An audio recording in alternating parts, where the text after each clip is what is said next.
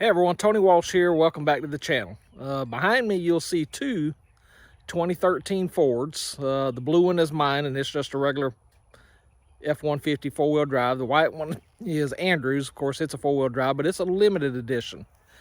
And y'all know Andrew is serving in the Army, and he's currently deployed overseas to the Middle East. So we didn't want to leave his truck in New York for 9 months, so we brought it back to Georgia. But right before he left, it got to where it wouldn't start. So carried it to the dealership up there, of course, and they just robbed him blind. So Ford, shame on you and shame on your dealership, because quite frankly, y'all suck. I love Fords. I've drove Fords all my life. I would drive both of them across country tomorrow. But the way Ford and their dealerships treats young soldiers that are detached from their families is pitiful.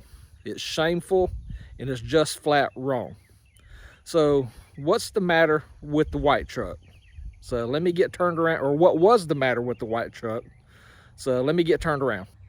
So as I said, mine's just a regular four-wheel drive, nothing fancy about it, but the gear shift is on the column. But on Andrew's, being a limited, he's a little bit fancier, so his gear shift is obviously on the console, because you can see right there. Now this is not going to be a how-to video, but just a why and what to look forward to if you are driving a Ford and your gear shift is on the console. So what would happen right before he got deployed? He would try to go crank his truck and it wouldn't crank. The battery was dead. So Ford said he had an oil leak on the starter and it shorted out the starter. Well, changed that. That didn't work. Changed out the batteries. Changed out a battery twice. That didn't work. So we have a few $100s in repairing this, and he was still having issues with it wouldn't crank. So bought a jump box, and every morning he'd go out there and jump it off, and it'd jump off real easy. But nobody could ever figure it out. Well, so he brought it home, and we went to searching YouTube. So this is how good YouTube is. There is some good use out of YouTube. So we just searched 2013 Ford won't start. Well, and here's what we found. This little lever right here, there is a button underneath this console that lever controls. What happens over time is when you spill soft drinks, water, coffee, or whatever, it ruins that button that this lever controls. Well, when we brought it home, we still couldn't figure it out. Was having to jump box it every day. I mean, when I'd drive it to work, I'd have to get the jump box out at 6 o'clock in the morning and jump it off. Well, one night, Jackie walked by it after I drove home, and the dash lights were still lit up. So, went to thinking. And when we started searching it on YouTube, discovered that button's gone bad. So talked to my regular mechanic about it. He said we're crazy, that's not it. We had pulled fuses out, that still didn't work. So finally ended up going to another mechanic and showing him the YouTube video.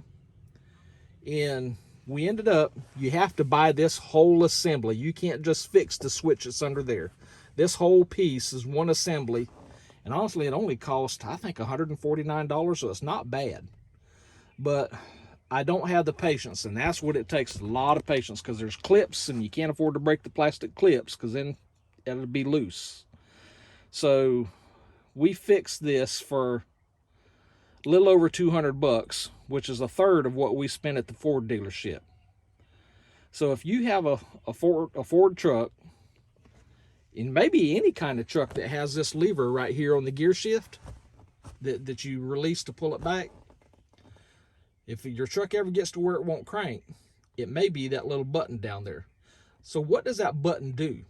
Well, that button, when you put that lever back in park, that button tells the electronics that the truck is in park. When the ignition turns off, to turn off all the lights, turn off the radio, just turn off everything electronic. Well, what happened when that button wore out? It did not tell the truck to turn the lights off. So when we would get out of it, the dash lights would stay on. Of course, in broad daylight, you can't tell the dash is lit up. And even at night, you know, these trucks now, the dash lights will stay on for 30 to 60 seconds to let you get out of the truck and get in your house, because the running lights stay on, and then they automatically turn off. Well, in this, the running lights outside would turn off, but the dash lights would stay lit. And overnight, it would kill the battery. So, two things. Ford unnecessarily had, or a dealership unnecessarily had Andrew spend money, which means a Ford dealership mechanic does not know how to work on a 2013 Ford F-150. Maybe they need to watch YouTube. The next thing, they have no feelings about reimbursing a young soldier out of his hard-earned money